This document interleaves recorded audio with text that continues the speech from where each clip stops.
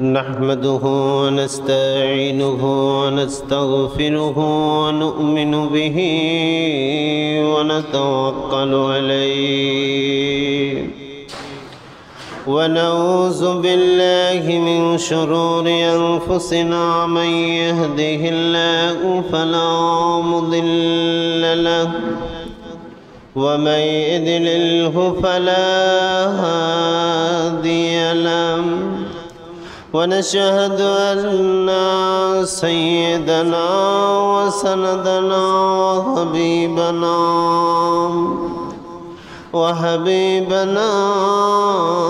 وحبيب قلوبنا محمد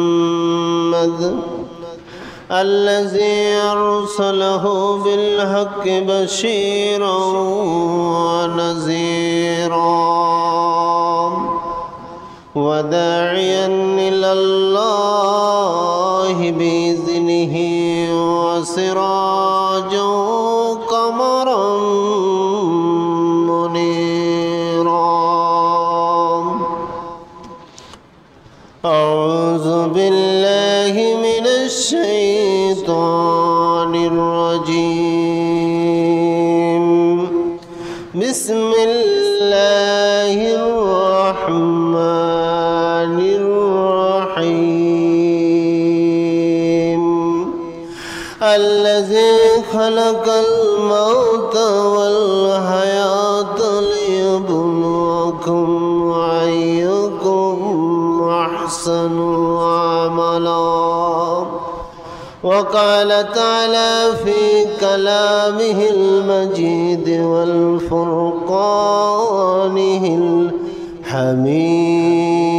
الحميد إن الله وملائكته يصلون على النبي يا أيها الذين آمنوا صلوا عليه وسلموا تسليما اللهم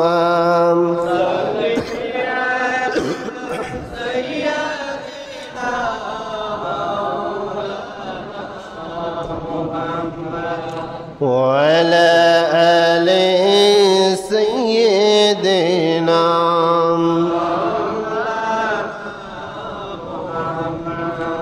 এমন ঘরে যাইবি রে মন যেই ঘরের নাই ঠিকানা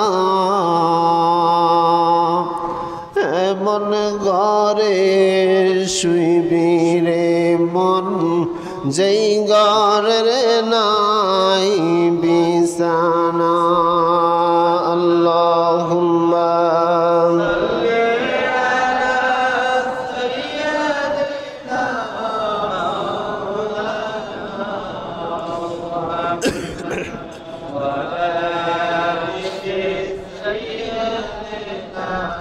মাওলানা মায়া বন্ধু কত ছিল দুনিয়ার সংসারে একলা তোমায় যেতে হবে অন্ধকার কবরে আল্লাহুম্মা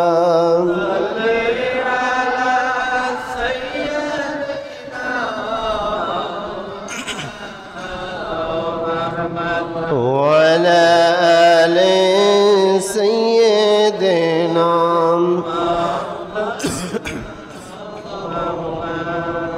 دنے মাটি বামে মাটি নিচে মাটির বিছানা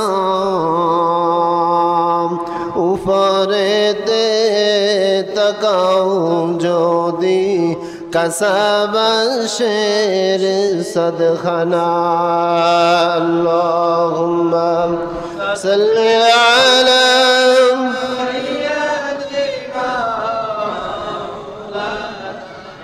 محمد وعلى آل سيدنا بلغ العلا بكماله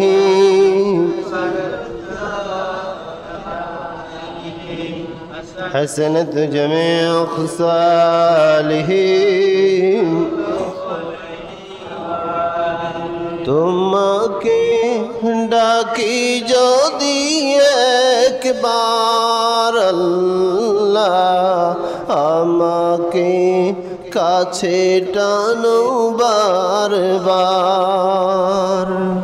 ও আল্লাহ আমাকে কাছে টানো বারবার তোমাকে ডাকি যদি একবার আল্লাহ আমাকে কাছে টানো বারবার ও আল্লাহ আমাকে কাছে টানো বারবার যদি পথ ভুলে যাই আমাকে দিও ঠাই দিও দিশা এইটুকু আবদার আল্লাহ আমাকে কাছে টানো বারবার ও আল্লাহ আমাকে কাছে টানো বারবার তোমাকে ডাকি যদি একবার আল্লাহ আমাকে কাছে টানো বারবার ও আল্লাহ আমাকে কাছে টানো বারবার।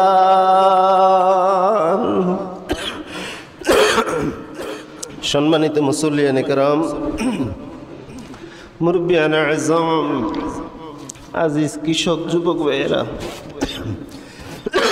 কুচিগাছা বেগুনা মাসুম বাচ্চারা, মাইকের আওয়াজ যে পরিমাণ বাহিরে যাচ্ছে, পর্দার অন্তরালগত সম্মানিতা মা এবং বোনেরা, আমি সকলের প্রতি শ্রেণী মোতাবেক সালাম জ্ঞাপন করছি। আসসালামু আলাইকুম ওয়া রাহমাতুল্লাহি ওয়া বারাকাতুহু। আলোচনার শুরুতে আল্লাহ তাআলা দরবারে সুস্থতা কামনা করছি। এক সপ্তাহ জ্বর সর্দি কাশ লেগেই আছে। আল্লাহ তাআলা অল্প সময় কথা বলবো। আল্লাহ তাআলা তার কুদরতি রহমতের দৃষ্টি দিয়ে আল্লাহ তার এই ক্ষুদ্রতম গোলামের জবান দিয়ে অল্প সময়ের ভিতরে কিছু গুরুত্বপূর্ণ কথা বলার তৌফিক দান করুক, সকল বলেন আমিন। সম্মানিত হাজিরিন, আবহাওয়া বড়ই গরম। আমরা বলি সকল ক্ষমতার উৎস হচ্ছে জনগণ। নির্বাচনের সময় আমাদের নেতারা এই কথাটা বলে, সকল ক্ষমতা উৎস হচ্ছে কি? মানুষ, জনগণ। সব ক্ষমতার উৎস হচ্ছে মানুষ। তো এখন সব ক্ষমতা দিয়ে একটু ঠান্ডা করে দিন তো দুনিয়াটারে, দেখি কত ক্ষমতা আছে। আপনারাই তো বলেন সব ক্ষমতার উৎস হচ্ছে জনগণ, সব ক্ষমতার। আর অথচ সকল ক্ষমতার মালিককে পাগলামি কথা। আর এগুলো এগে ল্যাঙ্গা, আর এগে হইল ল্যাঙ্গা, আর এগে হইল আন্দা। একটা হইল ল্যাঙ্গা যার পা নেই, আর একটা হলো আন্দা যার চোখ নেই, আর একটা কোন রকম হাত পা ঠিক আছে এগুনরে ছড়ায়। ওই শানবাগ নেই, ওই সমর মসজিদ নেই, ওই মাইজদি নেই, এগুনরে দি হে তিনজনে জোট করি ভিক্ষা করে। তো মানে এক বাজার থেকে আরেক বাজারে ভিক্ষা করার জন্য যাইতেছে নুকাত করি। তো জিগা আন্দা চোখে দেখে না, ইজাক আল্লাহ সান্নি হরে ড ড করে। আচ্ছা জিগা আন্দা এতে কি দেখেননি সান উলছে না সূর্য উঠছে কি দেখেন? ক আল্লাহ সান্নি হরে ড ড করে। জিগা ল্যাঙ্গা ইজাক বেড়ে আন্দা তুই চোখে যাস নি এক লাথি দিত এনে খালিতে হালাবি ইগার পা আসেনি লাইচি দেরিবনি ফালতু কথা জিগে এগুলোর কোন রকম সরাই হাতে কয় এ বেড়া এ লেঙ্গা তুই সে এত লাইচি হালাসে কত কোটি টিয়া লাগা আয় দিব যার কিয়া ভিক্ষা করতে হয় তাদের কোটি টিয়াদের তার মানে হলো তিনটা কথাই অবাস্তব কথা এই যে আমাদের বলেন যে সকল ক্ষমতার উৎস হচ্ছে জনগণ এই কথা টোটালি আজকে অন্তত প্রমাণ করে দিলাম যে যদি এতই ক্ষমতা থাকে তো রৌদ্রটার একটু ঠান্ডা করে দিন তো আমরা বলবো এই ফখর রোদকে আপনি মসজিদ থেকে বের হওয়ার আগেই যিনি ঠান্ডা করার ক্ষমতা রাখেন তিনি কে এটা বাস্তব প্রমাণ আছে আমার কাছে আছে আমার আব্বা এবং কি আমি দুইজনে আমার আব্বা নামাজ পড়াইছে আমি ওনার সার্কিট ছিলাম খন্ডল ওনারা বলতেছে ঈদের নামাজ পড়াইছে ওনারা বলতেছে হুজুর কিচ্ছু চাই না শুধু বৃষ্টির জন্য দোয়া করেন অবস্থা একদম ঝাঁই ঝাঁই অবস্থা তো ঈদের নামাজ শেষে উনি মুনাজাত করলো ছাগল নাইয়ে দিয়ে এখান দিয়ে আসে খন্ডল ছাগল নাইয়ে বাজার আমরা আসি ফারি নেই এই যে বৃষ্টি তো আমি ছোট ছিলাম তো আমি আমার বাবারে বলতেছি আলে এরকম দোয়া হাতারা কইলে কইছি আর এরকম দোয়া করবি দরকার আছে নিয়ে আমরা বাচ্চা মুখের নেই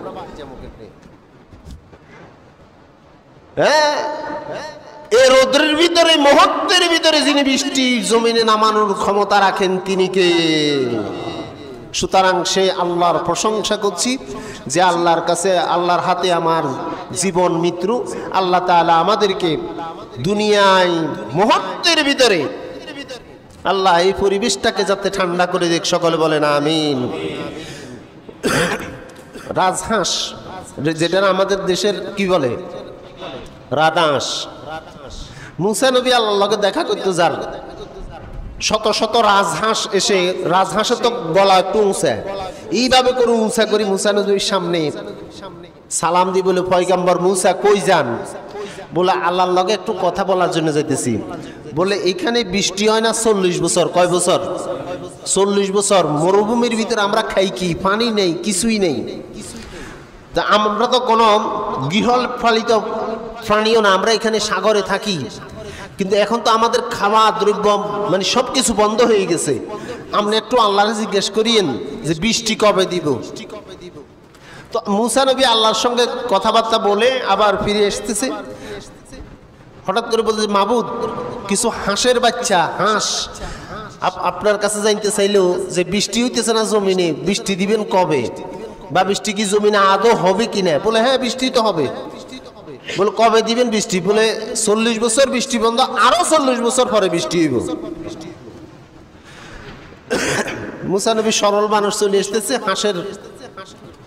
সব হাঁসের পালগুলো মুসা নবীকে সালাম দিয়ে বলতেছে পয়গম্বর মুসা আমাদের সংবাদ কি আল্লাহ কি বললো বলে সংবাদ তো তেমন একটা ডগের সংবাদ আইয়ে না বৃষ্টি জমিনে আসবো তবে আরো 40 বছর এই হাঁসের বাচ্চাগুলো তখন বলে উঠলেন আলহামদুলিল্লাহ মুসা নবী বলে যে কি 40 বছর পরে আরো বৃষ্টি হইব তোমরা কো আলহামদুলিল্লাহ বলে 40 বছর পরে হইলেও তো হইব যদি আল্লাহ ডাইরেক্ট বলে দিত পৃথিবীতে আর বৃষ্টি হবেই না সারা পৃথিবী একসাথ হয়ে আকাশ থেকে এক ফোঁটা বৃষ্টি জমিনে নামানো সম্ভব আল্লাহ তো আশা দিয়েছে এই জন্য আমরা বলেছি কি আলহামদুলিল্লাহ মুসা নবী আর কিছু না বলে ওনার গৃহে প্রবেশ করলেন বাড়িতে চলে গেলেন হঠাৎ করে দেখলেন যে কি পূর্ব আকাশে মেঘ একখণ্ড মেঘ এসে মানে বড় বড় আকারে দুইটা আকাশ ডাক দিয়ে মুহূর্তের ভিতরে মুসা নবী নিজের গৃহে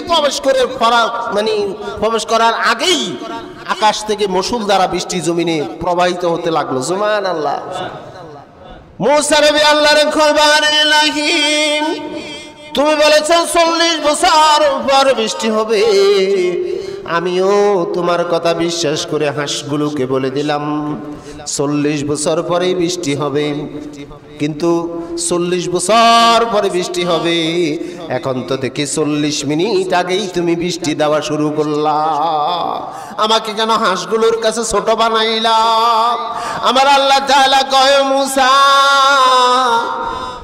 এই হাসেবগুলোর আমার আল্লাহর উপরে যে তাওয়াক্কাল দেখি, তোমার তাওয়াক্কাল সেরকম না। 40 বছর পরে বৃষ্টি হবে এই সংবাদ শোনার পরেও তারা আলহামদুলিল্লাহ বলে। আমি আল্লাহর রহমতের দরিয়া ধাক্কা লেগে গেল, আমি আল্লাহ খুশি হইয়া গেলাম।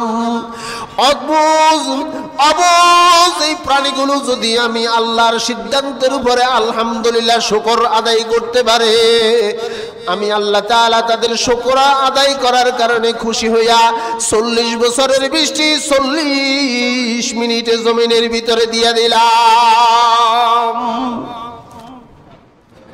শুকরিয়া আদায় করতে হবে। আমাদের কাছে শুকর নাই। আজকে চতুর্দিকে বৃষ্টির জন্য নামাজ পড়া শুরু হয়ে গেছে, আপনারা দেখতেছেন না? বৃষ্টির জন্য নামাজ পড়তেছে। আমি বলি, বৃষ্টির জন্য নামাজ পড়ার আগে আমাদের যে কর্মগুলো, এই কর্মগুলোর ভিতরে পরিবর্তন করা দরকার। এই যে রমজান মাস গেল, রমজান মাস আসলো, রমজান মাস কেন আসলো? রমজান মাস আসলো আমাদের আমলের পরিধি বাড়ানোর জন্য। আল্লাহ তাআলা আমাদেরকে সৃষ্টি করেছেন, আল্লাযী খালাকাল মাউতা ওয়াল হায়াতা লিয়াবলুয়াকুম আইয়ুকুম আহসানু আমালা। তোমাদেরকে সৃষ্টি করেছি যাতে তোমরা আমলের পরিধি বাড়াইতে পারো। এই আমলের পরিধি বাড়ানোর জন্য হচ্ছে রমজান মাস। কিন্তু আমরা রমজান মাসের চিত্রটার একদম উল্টাই ফেলেছি। রোজার মাস আসে নাই, আমি মনে করি বাংলাদেশের পুরুষদের উপরে একটা আজরাইল নাজিল হইছে। প্রত্যেকটা পুরুষকে একদম বাঁকা করে ফেলেছে। যার 1 ছুট দরকার হে 3 ছুট লইতেছে। না দিলে কোরবানি হইতো না, ঈদে হইতো না। হ্যাঁ, শাড়ি এক কানের জায়গা 3 আন লইতে হইব। তাও স্বামী আনলে তো হইতো না, তুই আনলে হাসতে হইব, আমি সহ যাবো। স্বামীর তো লই যাইতে না, এমন নিজে যাইব। পুরুষদেরকে ছিন্ন বিচ্ছিন্ন করে ফেলেছে এই রমজান মাসে। অথচ আল্লাহ তাআলা এই রোজার মাসটা দিলেন আপনাকে আমাকে আমলের পরিধি বাড়ানোর জন্য। আমরা দুনিয়াতে কেউ থাকবো না। কোরআনের ছায়াতলে আসার পরে, রমজান মাস আসার পরে আমাদের ভিতরে তো কোনো পরিবর্তন আমি দেখি না। রোজার মাস, রোজার আগে যেরকম 2-4 জন, গতকালকেও আমি দেখছি মসজিদে গেলাম, ফজরের সময় মাত্র 3 জন। এর আগের দিন এশারের নামাজ পড়ার জন্য একটা মসজিদে ঢুকলাম, সদ্দিয়াটের কিনারে। ওখানে যে দেখলাম যে মাত্র 6 জন না 7 জন, পুরা বাজার পুরা। কেন? তোমাদের উপরে নামাজ ফরজ হয়নি? এখনো দেখা গেছে, আমাদের এখানেও দেখা যায় এনি টাইমে মসজিদে জামাত চলতেছে, দোকানে মানুষ ভরপুর। তা আমি আপনাদেরকে জোর করি আনি নামাজ পড়ানোর জন্য, এটা বলি না। কিন্তু আপনার বিবেকটাকে আপনি খরচ করেন না, চিন্তা করেন আপনার উপর কি নামাজ ফরজ হয় নাই? যারা হিন্দু তারা আজানের সময় হোল দেয়, যারা মুসলমান তারা আজানের সময় মসজিদে আসে। যারা হিন্দু ধর্ম পালন করে না, মুসলমানের ধর্ম পালন করে না, এরা কি? এরাই হচ্ছে মুনাফিক। আপনাদের হয়তো মনে কষ্ট যাবে, যাক, আমার কিচ্ছু যায় আসে না, আল হক মররুন। এভাবে করে ধাপ্পাবাজি চলবে না।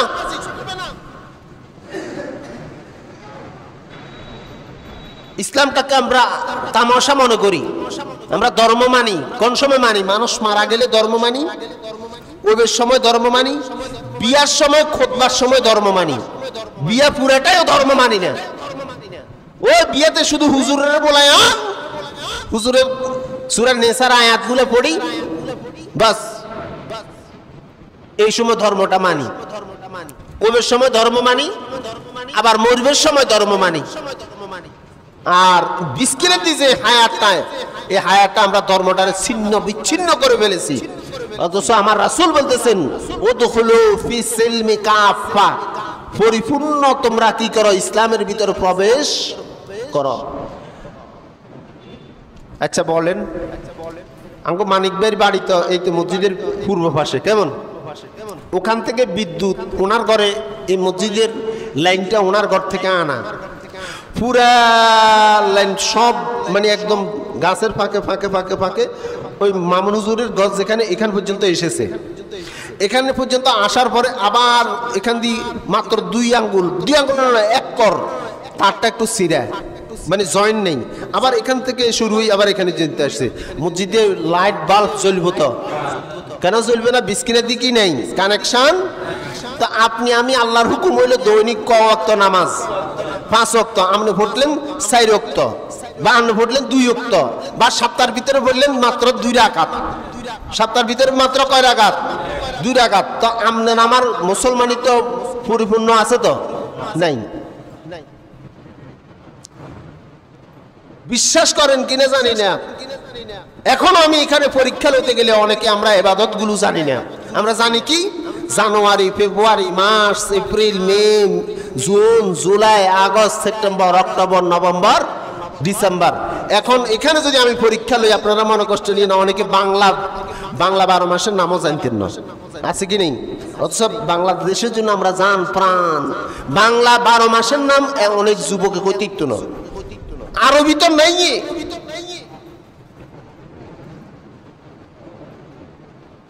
অথচ আমাদের নিজের যে কর্মগুলো দরকার, এই কর্মগুলোর ভিতরে আমরা মোটেই নেই। আমি আপনাদেরকে একটা কথা বলি, ফজরের নামাজ কয় রাকাত বলেন তো?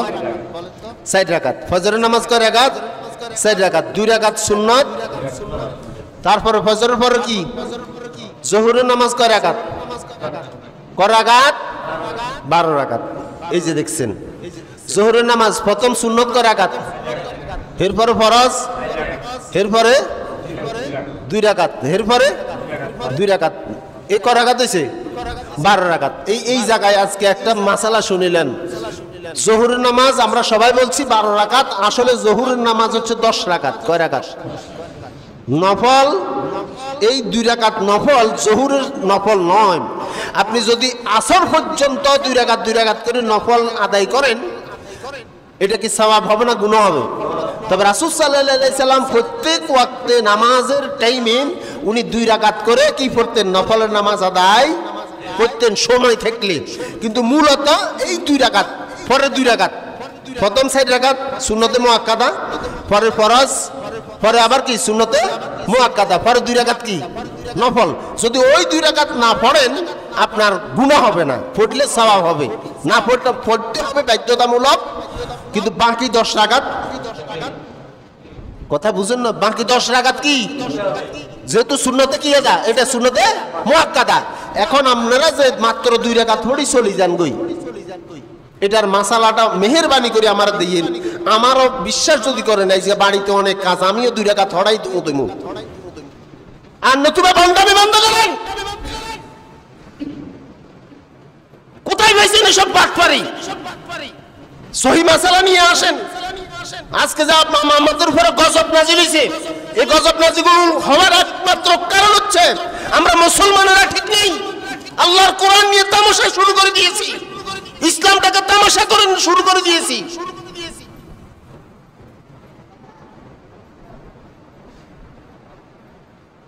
তোমার মতো মুসল্লির জন্য আল্লাহ ঠেকি দেখতো না, তুমি আইও না মসজিদে। আপনি বিয়ে করলেন, বাস যে সময় একদম স্বামী স্ত্রী একসাথে হইব, রাত্রে বিছানায়, সে সময় কই তরি গো আই লাভ ইউ জান, ও লক্ষ্মী হামকো তোমকো বোর ঠাড়া 100 বা দিব। বদমাইশ, বরণ পোষণ নেই, তালাশ নেই, তত্ত্বাশ মানে কোনো খবর নেই, ভাত নেই, কাপড় নেই, রাত্রে শোয়ার টাইম এসে তার কই তরি মারাইতে আইছো। ঠিক ইসলামটা হচ্ছে এরকম, আপনাকে মানলে সম্পূর্ণরূপে মানতে হবে। আর নতুবা এইরকম মাসালা আনেন, আমাদেরও উপকার করেন। আমিও 2 রাকাত হড়াই চলে যাবো না। হুজুর মা হুজুর কেন 2 রাকাত হয়ে চলে যায়? কেন রে বাবা, আজি এগুলো কেন করতেছেন? কেন করতেছেন? এই যে 4 রাকাত পড়বেন, এটা সুন্নতে মুআক্কাদা, এটা সুন্নতে মুআক্কাদা। যেমন আসরের, এবারে আসরের নামাজ কয় রাকাত? 8 রাকাত। 4 রাকাত আর 4 রাকাত। এই আসরের 4 রাকাত সুন্নত হচ্ছে সুন্নতে জায়েদা। এই তো আপনাদের বাঁচার একটা উপায় আছে। আসরের 4 রাকাত, আমি তো বলি নাই যে আসরের 4 রাকাত আপনারা পড়েন, পড়তে হইব। যেখানে যেটা নিয়ম সেখানে আমি আপনারা সেটাই তো বলতেছি। এই আসরের 4 রাকাত যদি আপনার সময় না থাকে আপনি পড়িয়েন না, গুনাহ হইতো না। এটা হলো সুন্নতে কি জায়েদা। আপনি ফরজটা আদায় করেন, এরপরে 4 রাকাত ফাইললে সুন্নত ফাইললে পড়েন, না ফাইললে গুনাহ হইতো না। এটা হলো সুন্নতে কি সায়দা। মাগরিবের নামাজ কয় রাকাত? এই যে 3 রাকাত হচ্ছে কি ফরজ, 2 রাকাত হচ্ছে সুন্নাত, বাকি 2 রাকাত হচ্ছে কি নফল। ফাইললে পড়েন, না ফাইললে কোনো কি নেই, বাধ্যতামূলক, কিন্তু 5 রাকাত আপনাকে আদায় করতেই। এই যে মাগরিবের নামাজ আমরা কখনো আমরা 3 রাকাত পড়ি, অনেকে যায় না, মোটামুটি পড়ে দিই সুন্নত 2 রাকাত। কিন্তু এই জুমার দিন আপনাদের কি ক্ষতি হয়? আমার এটা উত্তরটা দেন তো। মাগরিবের নামাজের পরে দিয়ে যে 2 রাকাত পড়েন, ওই 2 রাকাত যেরকম সুন্নতে মুআক্কাদা, এই জুমার নামাজের পরে দিয়ে যে মানে আপনার 4 রাকাত আছে, ওই 4 রাকাতও কি সুন্নতে। তা আপনার জুমার নামাজের দিন আপনার কোন অসুবিধাটা হয় আপনার আমার বলেন? যদি ক্ষুধা এতই লাগে তো বাচ্চাকে আইতে মসজিদে লই আইয়েন, পানি এখানে আছে। কি আজব মানুষ, ইসলামটাকে তামাশা শুরু করে দিয়েছেন আপনারা।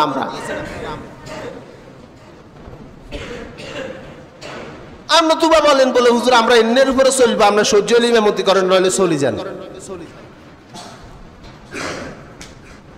তামাশা শুরু করে দিয়েছে ইসলামটার হলে। আপনাদের এখানে না, সব জায়গায়, সব জায়গায়।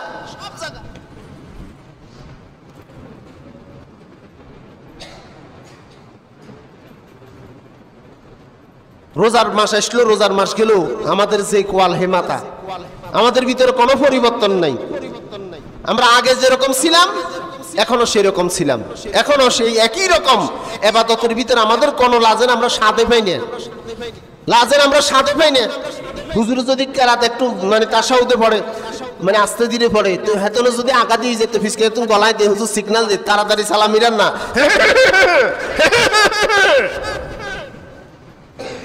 তো যদি এতই গর্জ হয়, তুই নিজে নিজে সালাম মিরে চলে যাচ্ছা। আল্লাহ আমাদেরকে বুঝার তৌফিক দান করুক, সকলে বলেন আমিন।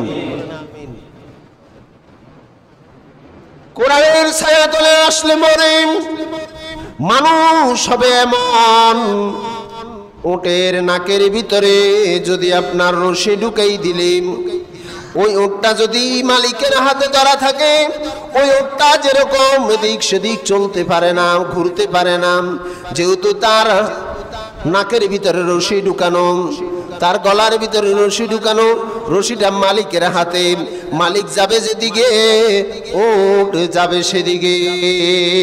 যারা ইসলামের উপরে অটল অবিচল বিশ্বাস রাখে, আল্লাহকে আল্লাহ বলে স্বীকার করে, নিজেকে ইমানদার দাবি করে, তারা এদিক সেদিক চলতে পারে না।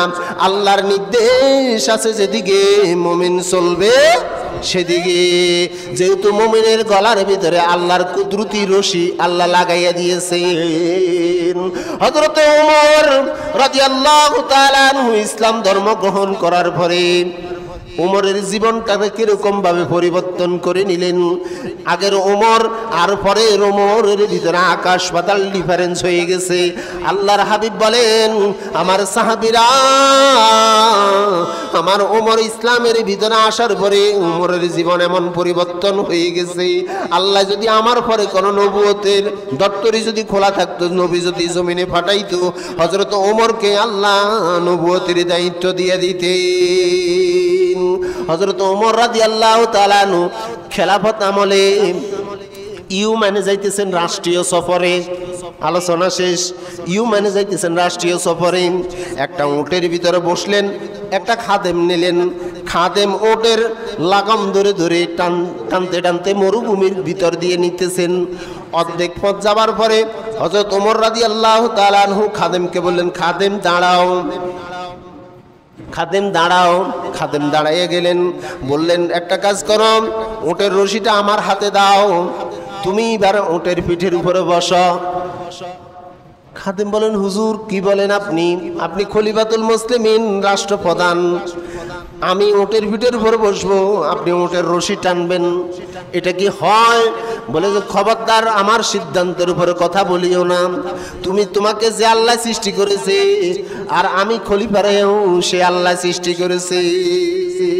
সুবহানাল্লাহ, আমি নেতা হয়ে গেছি, বড় কিছু হয়ে যাই নাই। তোমার আল্লাহ যিনি, আমার আল্লাহ তিনি। তুমি এতটুক পর্যন্ত আমাকে নিয়ে এসেছো, তোমার ঘাম বের হচ্ছে, তুমি কষ্ট পাচ্ছ, এবারে তুমি একটু উটের উপরে বসো, আমি এবারে উটের লাগাম ধরে টানি। হযরত ওমর রাদিয়াল্লাহু তাআলা আনহু দমক দিয়ে ওই খাদেমটাকে, গোলামটাকে উটের পিঠের উপরে বসাই দিলেন। উটের রশি ধরে ধরে টানতে টানতে ইয়েমেনের দিকে নিয়ে যাচ্ছেন। যখন ওখানে ওই রাষ্ট্রের কাছাকাছি আসলো, খাদেম বলল, হুজুর এবারে আপনি উটের পিঠের উপর বসেন, আমার হাতে রশিটা ধরাইয়া দেন, মানুষ দেখলে বলবে কি? হযরত ওমর বললেন, তুমি আমাকে অর্ধেক পরিমাণ এনেছো, এখন অর্ধেক আমার হয় নাই। ঠিক যেখানে যাবার ওখানে গেলেন।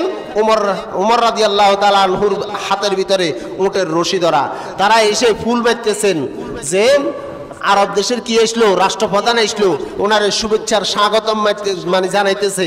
অথচ যাকে শুভেচ্ছার স্বাগতম জানাইতেছে সে কি খলিফা না গোলাম? সে হচ্ছে কি গোলাম। গোলাম রয়েছে উটের পিঠের উপরে, আর খলিফার হাতে কি রশি। ওই গোলামও বলতেছেন যে আপনারা ভুল করতেছেন, আমি আসলে খলিফা নয়, আমি রাষ্ট্রপ্রধান নয়, রাষ্ট্রপ্রধান হচ্ছেন তিনি, ওটের রশি হাতে যার আছেন, ওনার হাতে রশি আছেন যার, উনি হচ্ছেন রাষ্ট্রপ্রধান। বলেছে কি একটা রাষ্ট্রপ্রধান হয়ে সে মানে তার গোলামকে ওটের পিঠের উপরে বসাইয়া টানতে টানতে নিয়ে আসতেছে, ব্যাপারটা কি? ওনারা হতবাক হলেন।